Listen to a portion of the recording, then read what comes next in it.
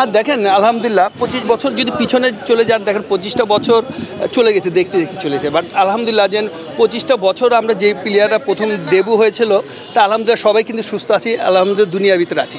দেখা যাচ্ছে এখান থেকে মারা যান, এটা সবচেয়ে বড় পাওনা, আল্লাহ কাছে লাখ লাখ শুকরিয়া।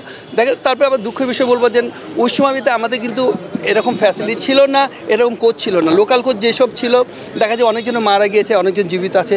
তা আমি মনে করি ওভারঅল সব কিছু দেখেই কিন্তু আমাদের চিন্তাভাবনা যে আমাদের সবাই দেশের মানুষের ক্রিকেটটা এগিয়ে যেতে চায়, যেভাবে আমরা চিন্তাভাবনা করছি। কিন্তু এখন দেখা যাচ্ছে যে ওই চিন্তাটা এখনও চলতেছে। তা আলহামদুলিল্লাহ আমি মনে করি যে আজকে যে উদ্যোগটা নিয়েছে বিসিবি এবং আমাদের বোর্ড প্রেসিডেন্ট যে কথা বললো, আমি মনে করি আলহামদুলিল্লাহ এই ধরনের যদি চিন্তাভাবনা তারা করে, আর যদি মনে করে যে আমরা যখন খেলা আরম্ভ করেছি আমাদের যদি হেল্প লাগে, তা ইনশাল্লাহ আমরা দেখা যায় যে আমরা যদি তাদের সাথে শেয়ার করি ছোট ছোট জিনিসগুলো, দেখা যায় না আলহামদুলিল্লাহ বাংলাদেশের ক্রিকেটের জন্য এগিয়ে যাবে। ওয়ালটন আবারও মিলিয়নিয়ার অফারে ওয়ালটন ফ্রিজ কিনে আপনিও হয়ে যেতে পারেন মিলিয়নিয়ার। আপনাদেরকে দিয়ে টেস্ট ক্রিকেট শুরু হয়েছিল, এখন টেস্ট ক্রিকেটের 25 বছর, আপনি বাংলাদেশের টেস্ট ক্রিকেট নিয়ে স্যাটিসফাইড কি? অবশ্যই, কারণ কি আপনি দেখেন চাও তো শেষ নাই, আর শিকারও কোনো শেষ নাই। আমি মনে করি যে আমরা 25 বছরের প্রথম টেস্টে যখন 2000 সনে আরম্ভ করি, আমরা কিন্তু তখন পুরো ব্লাইন্ড ছিলাম।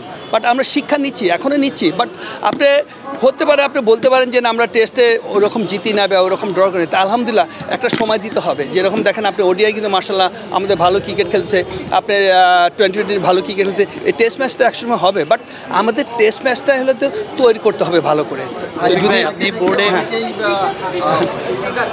বাহাতি স্পিনার অনেকেই এসছে, আপনি বলা যায়, তারপর অনেকে সাকিব আল হাসান ডমিনেট করেছেন, এখনও অনেকেই ভালো খেলছেন।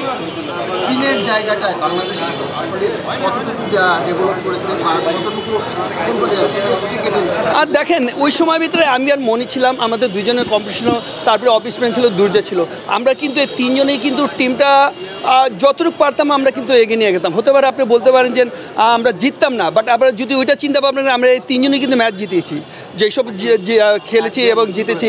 আপনি দেখেন ওডিআই আমরা ইনশাল্লাহ আমরা স্পিনার দিয়ে জিতেছি, আপনার মনে হয় টেস্ট ম্যাচ স্পিনার জিতেছি। তা আলহামদুলিল্লাহ আমি মনে করি যে আমরা যে সময়টা খেলেছি আমরা মনে হচ্ছে বেস্ট ক্রিকেটে খেলেছি।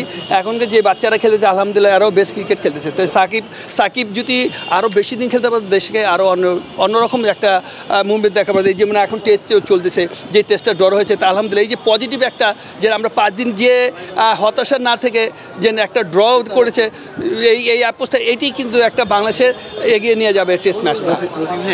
অনেক প্রাপ্তি আছে আপনার, কিন্তু একটা আক্ষেপ রয়ে গেছে, বোর্ডের অধীনে আপনি এখনো কোচিং ওইভাবে ফিরতে পারেননি। সবসময় বলেন আপনি চাইলে ফ্রি করাতে চান, হ্যাঁ, এখন আসলে কি চান? বুলবুল ভাই তো দেখেন আলহামদুলিল্লাহ বুলবুলের সাথে আমি অনেক আগে আসছি এই মিটিংয়ে, আমাদের প্রোগ্রামে বুলবুলের সাথে আমি কথা বলেছি এবং বোর্ডের আগে যারা ছিল তাদের সাথেও কথা হয়েছে। তা আলহামদুলিল্লাহ তারা বলছে খুব তাড়াতাড়ি আমাকে ডাকবে। আমি বলছি দেখো আমাকে মাঠে কাজ দাও। ও বলছে যে তোমাকে একাডেমি আমাদের কোচ নাই বলিংয়ের, তো এই ডিপার্টমেন্টটা তুমি দেখো। আমাকে আলহামদুলিল্লাহ তোমরা জবে আমাকে কল করবে, ইনশাল্লাহ আমি সবসময় রেডি থাকি। Thank you very much.